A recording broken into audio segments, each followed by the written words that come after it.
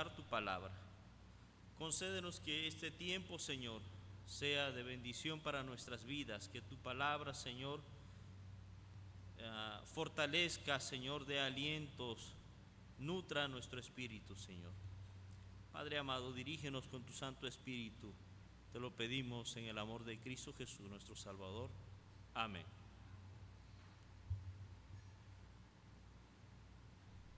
En el Nuevo Testamento, básicamente en Hechos de los Apóstoles, se nos habla precisamente que es importante poder congregarnos para la adoración a nuestro Dios. Y en la mañana estuvieron definiendo qué es adoración y dio una serie de circunstancias, elementos que definen lo que es la adoración o la importancia del culto, ¿verdad?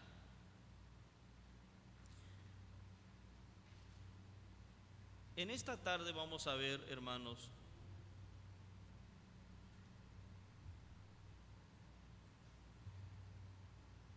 algo que quizás nosotros hacemos, pero la pregunta es, ¿cómo lo hacemos nosotros? Porque una diferencia grande hay entre lo que Dios pide de nosotros, pero lo que nosotros hacemos como adoración.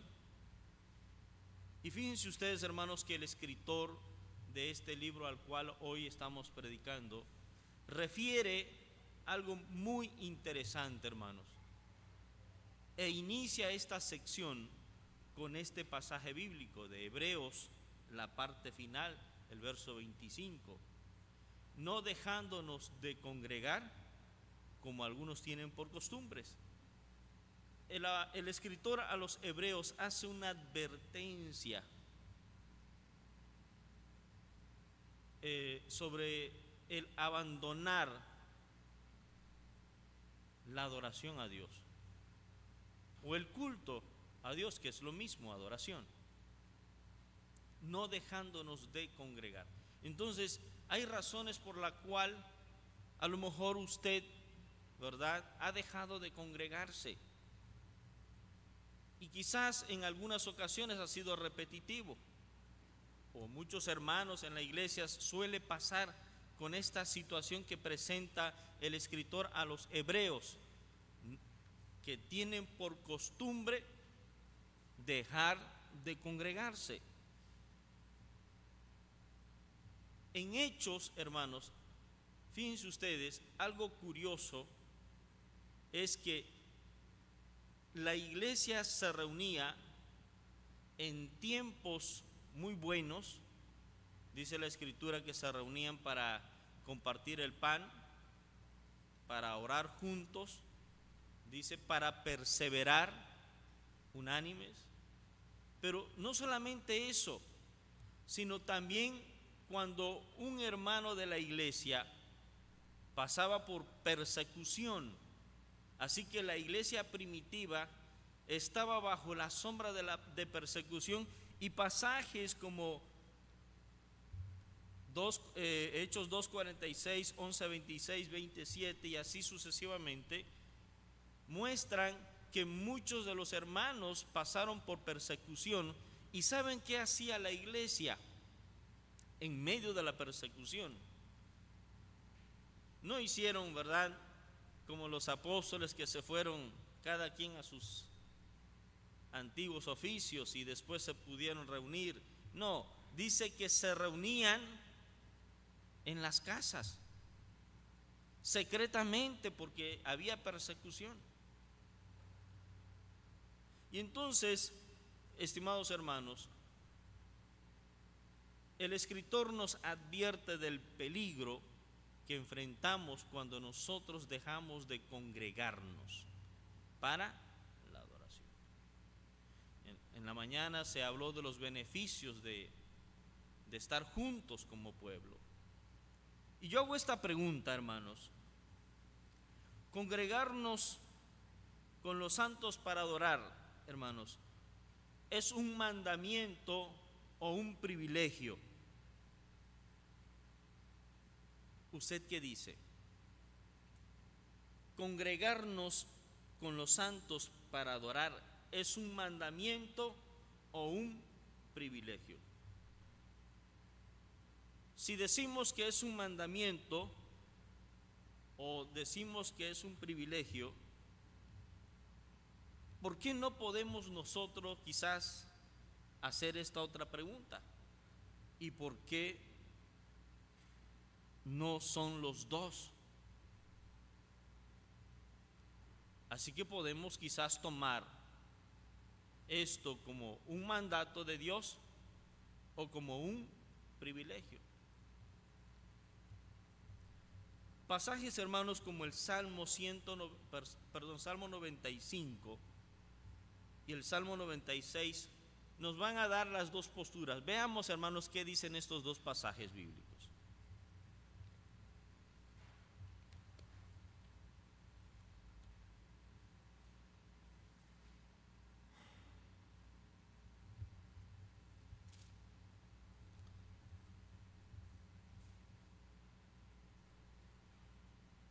Dice: venid, aclamemos alegremente a Jehová, cantemos con júbilo a la roca de nuestra salvación. Lleguemos ante su presencia con alabanza, aclamémosle con cántico, porque Jehová es Dios grande y Rey grande sobre todos los dioses, porque en su mano están las profundidades de la tierra y las alturas de los montes son suyas. Suyo también el mar, pues él lo hizo, y sus manos formaron la tierra seca. Venid, adoremos y postrémonos, arrodillémonos delante de Jehová, nuestro Hacedor, porque él es nuestro Dios, nosotros el pueblo de su prado y ovejas de su mano. Este pasaje, hermanos, ¿hacia dónde nos lleva en la pregunta? ¿Es un mandato o es un privilegio?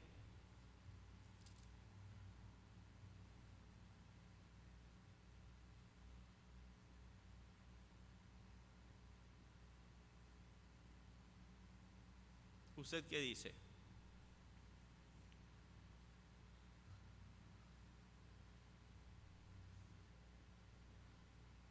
Hay una palabra que define la pregunta, ¿sí? Desde la perspectiva del escritor, del salmista, una palabra define qué es. Y es, hermanos, un mandato de Dios. Cuando Él dice, venid, ¿sí? El Señor en el Antiguo Testamento le dio específicamente, hermanos, el orden, ¿sí?, y las razones por las cuales ellos deberían asistir al tabernáculo. Y no precisamente era para la expiación de sus pecados, ¿verdad?, sino que había momentos especiales de la comunión con Dios. El culto fue progresando, fue modernizándose.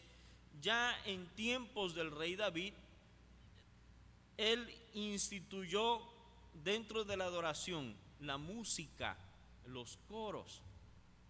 Así que, hermanos, en el cumplimiento del mandato de la palabra de Dios, ya en este salmo, la invitación se nos hace a todos: venid. Hay muchas razones por las cuales nosotros tenemos que venir a la presencia del Señor, a la casa de Dios. Y en la mañana se decía, porque Jesucristo hizo su obra extraordinaria, dándonos el rescate, la expiación, y dice que ese sacrificio fue ofrecido una vez y para siempre, que su sacrificio traspasó los cielos. Esa es una de las razones. Otra de las razones que se mencionaron en la mañana es porque también Jesucristo le dio importancia a la adoración, ¿sí? Él predicaba en la sinagoga, no solamente afuera, cuando la gente le seguía, sino también enseñaba en las sinagogas. Así que también Jesucristo le dio esa importancia a la adoración a su Padre. Él mantenía una relación de comunión con su Padre también, de manera personal. Así que, hermanos, si consideramos esto como un mandato, aquí está. Dios nos manda a venir a adorar en la misma presencia del Señor. Veamos el Salmo 96. Dice: cantad a Jehová cántico nuevo, cantad a Jehová toda la tierra, cantad a Jehová, bendecid su nombre, anunciad de día en día su salvación, proclamad entre las naciones su gloria, en todos los pueblos sus maravillas. Porque grande es Jehová y digno de suprema alabanza, temible sobre todos los dioses, porque todos los dioses de los pueblos son ídolos, pero Jehová hizo los cielos. Alabanza y magnificencia delante de él, poder y gloria en su santuario. Y sigue hablando: tributad a Jehová, oh familias. ¿Cómo consideramos este otro salmo? ¿Es un mandato o es un privilegio?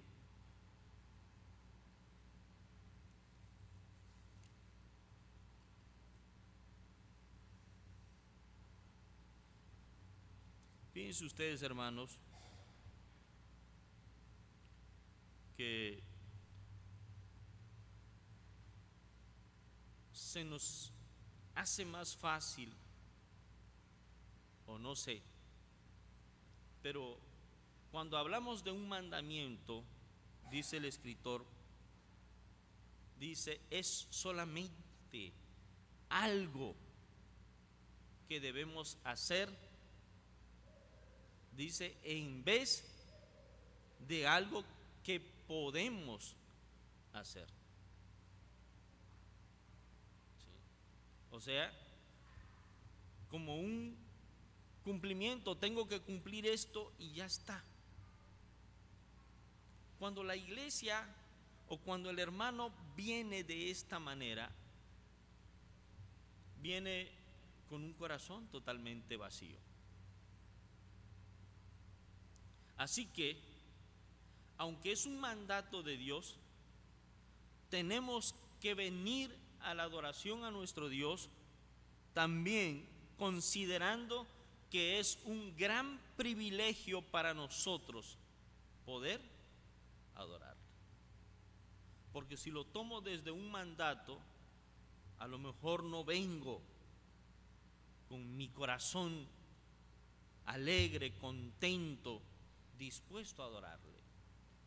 Y entonces el escritor está pensando, ¿sí?, en las palabras de Hebreos, que esto es un problema no de ahora, ha permanecido por mucho tiempo, no dejándonos de congregar.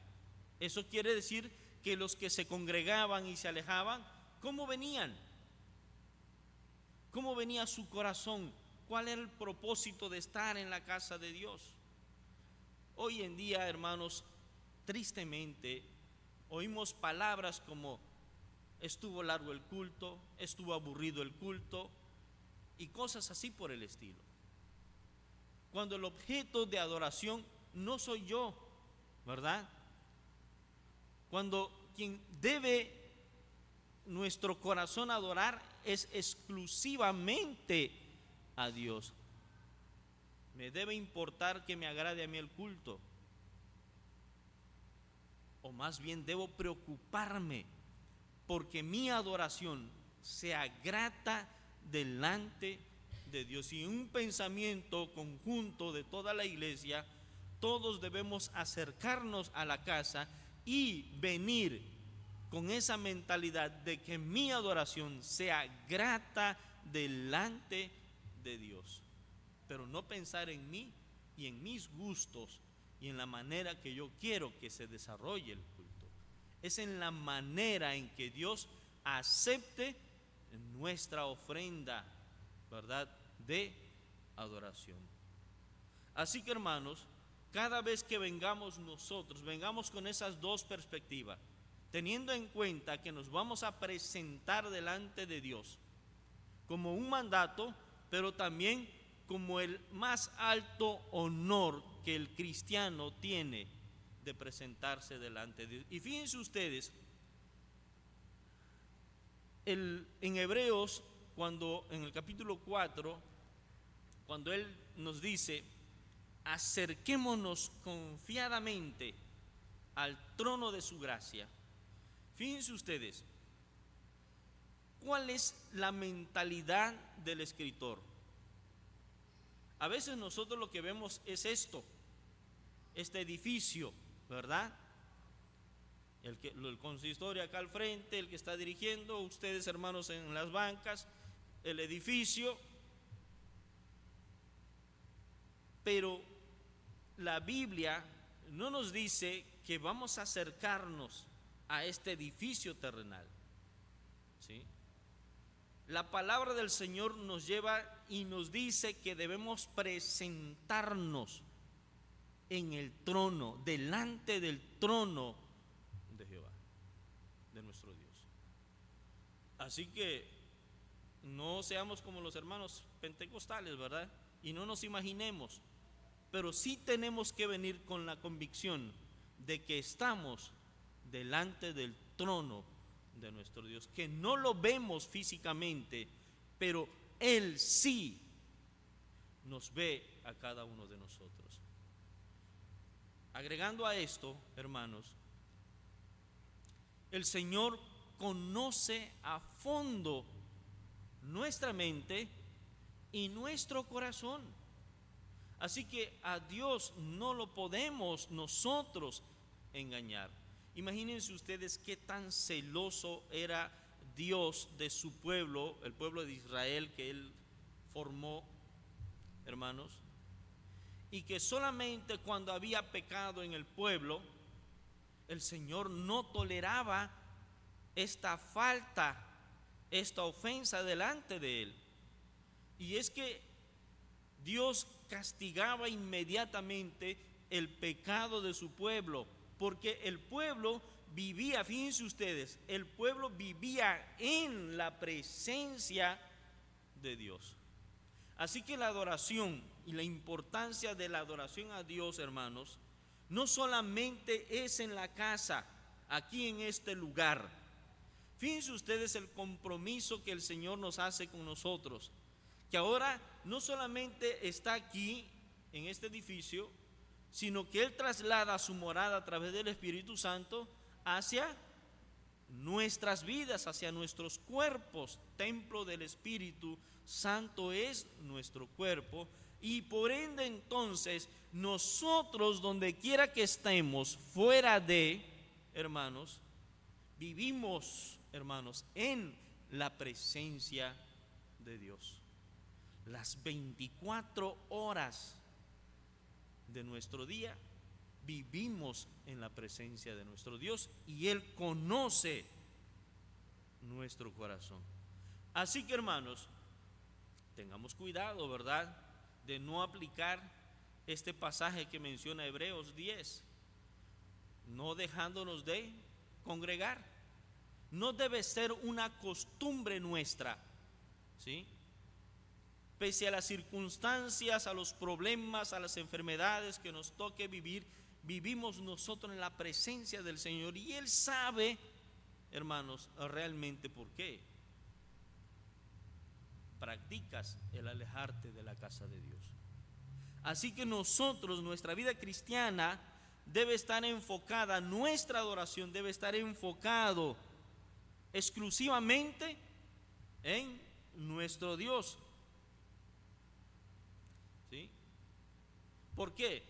Porque a nosotros no se nos permite entrar en su presencia, adorar y ya está, nos vamos. ¿Sí? Porque nosotros, su pueblo, hemos entrado en su presencia desde el momento en que Él rescató nuestras vidas. Venimos a la casa de Dios, nos vamos de la casa de Dios, estamos en nuestras casas, estamos en donde quiera que estemos, nosotros vivimos en la presencia de Dios. Así que, hermanos, ¿dónde entonces estamos nosotros? Imagínense, hermanos, una idea, no como los católicos, de una figura de Dios. Pero la Biblia dice: el cielo es el trono de mi Dios, la tierra el estrado de sus pies. Hablando de la grandeza del señorío, del poder de nuestro Dios. Y saben una cosa, hermanos, el Señor envuelve nuestras vidas. Vayamos al Salmo 99, verso 5.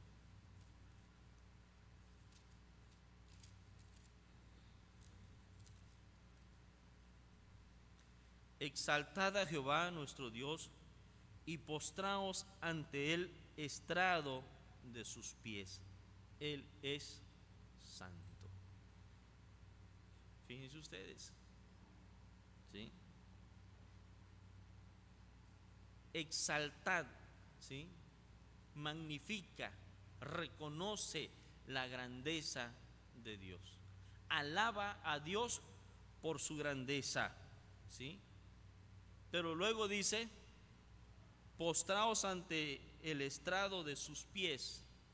Imagínense ustedes en aquel tiempo cuando estemos nosotros en su presencia, ¿verdad? Hoy somos un poco orgullosos y nos cuesta trabajo arrodillarnos o postrarnos delante de Dios. Pero eso es lo que anhela, ¿verdad? O eso es lo que pide el Señor de nosotros.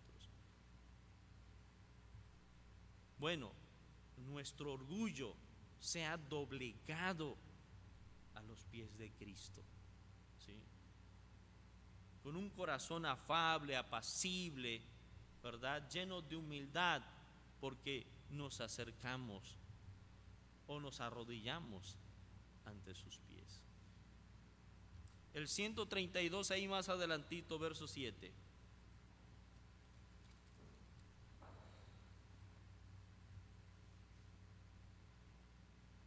Entraremos en sus tabernáculos, nos postraremos ante el estrado de sus pies. Otra vez recalca eso. Entonces, ¿cuál es la actitud que debemos asumir cuando venimos nosotros a adorar? Es esa. Específicamente este salmo nos menciona el tabernáculo, el templo, ¿verdad? Así que cada vez que vengamos al templo, nosotros debemos venir con una actitud de humillación ante Él y nos postremos, ¿verdad?, a sus pies, rendido a sus pies. Esa debe ser, hermanos, una actitud positiva. Más bien, ese debe ser el enfoque que debemos tener cada vez que vengamos a la presencia de Dios. Y podemos confirmar esto con Hechos 12:5, Colosenses 3:16, Efesios 5:19, Corintios, Segunda de Corintios, Primera de Corintios. ¿Sí? Pasajes que nos afirman que debemos venir humillados a los pies de Cristo. Y por último, hermanos, en nuestro tiempo, ¿con qué objeto nosotros nos congregamos? ¿Sí? ¿Cuál es la razón por la cual hoy tú vienes? Bueno, el escritor dice que debemos congregarnos para la edificación. El culto, dice, es un beneficio secundario, ¿sí? En Hechos de los Apóstoles, hermanos, ¿qué se menciona mucho más que la adoración? ¿Qué recalca como resultado de la unidad del cuerpo de Cristo? ¿Hasta dónde el Espíritu de Dios obró en ellos? Y ciertamente no es que sea un acto secundario, sino que el culto va más allá de venir, cantamos, leemos, oramos, o escuchamos el mensaje, nos saludamos y nos vamos. ¿Qué recalca esto? ¿O hacia dónde nos debe llevar el culto? Y entonces la iglesia primitiva fue llevada por el Espíritu a la práctica de un verdadero amor en el Señor. Y entonces dice que había fraternidad, compartían el pan, aparte del culto y la oración, compartían el pan, dice, a lo mejor iban, se tomaban su cafecito, su vino con el pan, ¿verdad? Compartían los alimentos. Pero, hermanos, empezaron también a preocuparse por los hermanos de escasos recursos. Así que dice la Escritura que los hermanos algunos vendían sus propiedades para ayudar a las necesidades de algunos hermanos. Así que el culto o la adoración a nuestro Dios nos debe impulsar, guiado por el Espíritu, a la práctica del amor verdadero en Cristo, que fue lo que nuestro Señor Jesucristo mostró cuando Él estuvo en la tierra. Estuvo preocupado por los enfermos, ¿verdad? Por todos aquellos que padecían, por las viudas. Pero, hermanos, también en algún momento suplió la necesidad de aquellos que padecían, incluso la de la gente que le seguía para escuchar sus enseñanzas. Hebreos 10, hermanos, en el pasaje que estábamos, 24 y 25, con esto concluimos. Dice: y considerémonos unos a otros para estimularnos al amor y a las buenas obras. ¿Sí? ¿Qué es lo que practicaba la iglesia primitiva? ¿Qué es lo que recomienda el escritor a los hebreos a la iglesia en este tiempo? Estimularnos al amor y a las buenas obras. Y también nos aconseja que lo que no debemos hacer es el verso siguiente: no dejándonos de congregar. No debemos imitar a aquel hermano, aquella hermana que lo vemos allá de cuando en cuando, ¿sí?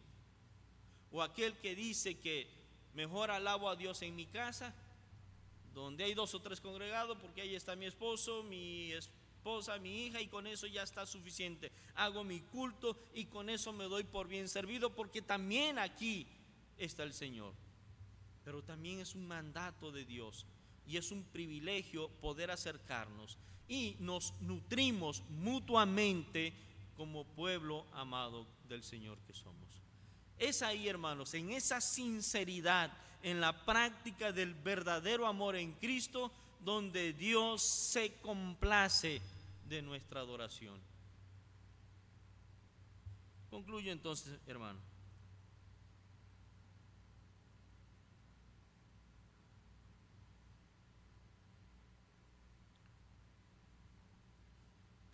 El culto expresado en nuestra asamblea, hermanos, en nuestros cultos, puede ser un deleite a nuestro Dios, pero también a nuestros hermanos y aún a nosotros mismos, si solo consideramos los deseos del Creador y si estuviéramos desarrollando lo íntimo para con nuestro Dios. ¿Sí? Puede ser grato delante de Dios, puede ser grata la adoración para ustedes, para mí, pero, hermanos, con la idea ¿sí?, de adorar en lo más íntimo de nuestro corazón a nuestro Dios. ¿Estamos de acuerdo, hermanos?